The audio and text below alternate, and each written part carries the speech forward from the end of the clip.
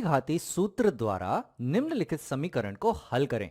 तो यहां पर हमें एक समीकरण दिया गया है, शून्य बराबर ऋण 7 गुणा क्यू का वर्ग धन 2q धन 9, और हमें इसे द्विघाती सूत्र के द्वारा हल करना है। अब ये द्विघाती सूत्र बताने के पहले मैं तुम्हें बताना चाहता हूं कि जो द्विघाती समीकरण का जो मानक रूप होता है वो क्या होता है। तो यहां पे मैं लिखता हूं कि शून्य जो है वो बराबर है अगर a गुणा x का वर्ग धन bx धन c, तो ये कहलाता है द्विघाती समीकरण का मानक रूप।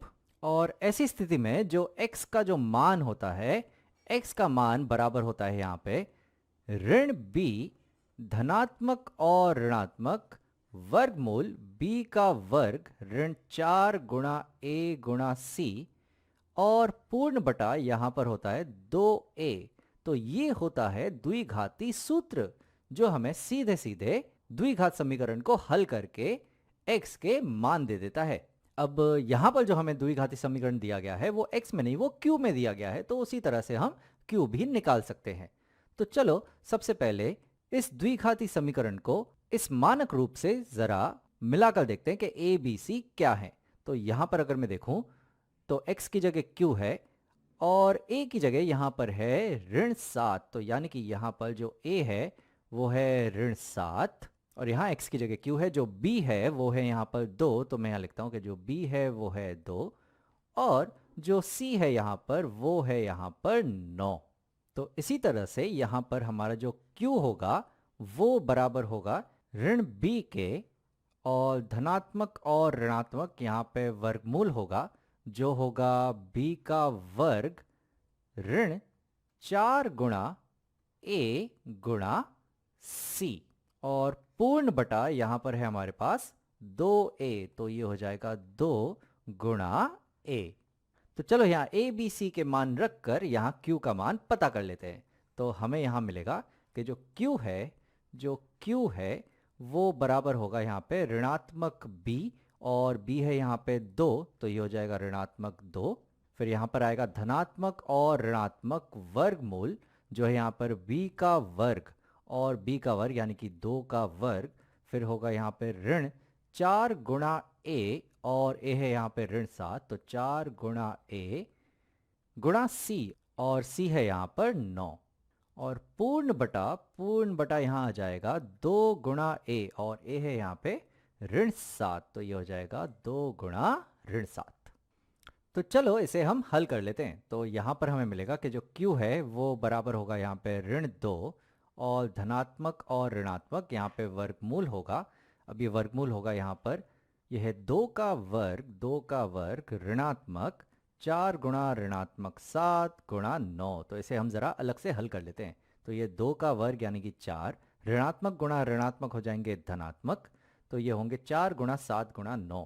अब 9 गुणा 7 ये हो जाएंगे 63, और 63 गुणा 4 हो जाएंगे ये 252, तो ये हो गए 252, 4 धन 252 हो जाएंगे 256।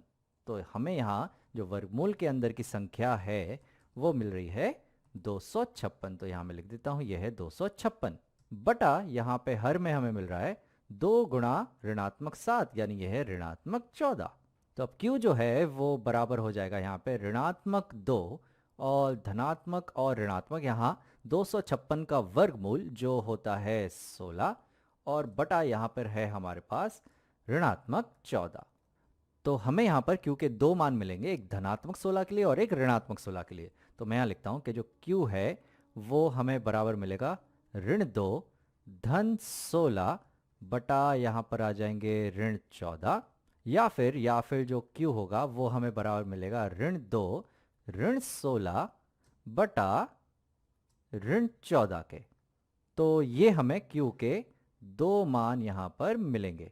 तो चलो देखते हैं, यहाँ पर हमें मिल रहा है यह है ऋण 2 धन 16 यानी कि ये हो जाएगा धन 14 बटा यहाँ पे ऋण 14 यानी कि ये हो जाएगा ऋण 1।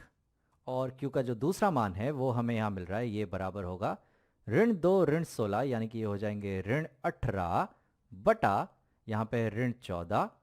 तो ये जो है ये बराबर हो जाएगा ऋण 18 बटा ऋण 14 जो हो जाएगा धन 9 बटा 7। तो हमें यहाँ q के 2 मान मिल रहे हैं, जो है ऋण 1 और 9/7। चलो मैं ये वाले हल की जांच कर लेता हूँ। तो यहाँ पर q की जगह अगर मैं ऋण 1 रख दूँ तो क्या मिलेगा हमें, तो ये होगा ऋण 7 और ऋण 1 का वर्ग तो 1 ही होता है, धन 2 गुणा q की जगह लिखना है हमें ऋण 1 और ये है यहाँ पे धन 9। तो हमें क्या मिलेगा, ऋण 7 गुणा 1 तो ये हो जाएगा ऋण 7, धन 2 गुणा ऋण 1 ये हो जाएगा ऋण 2, तो ऋण 7 ऋण 2 ये हो जाएंगे ऋण 9 और हमारे पास यहाँ है धन 9। तो ऋण 9 और धन 9 ये बराबर हो जाएंगे 0 के, यानी कि ये वाला हल बिल्कुल सही है। तो क्यों ना तुम ये वाले हल की भी जांच कर लो। तो इस तरह से हमने द्विघाती सूत्र द्वारा ये समीकरण हल कर लिया।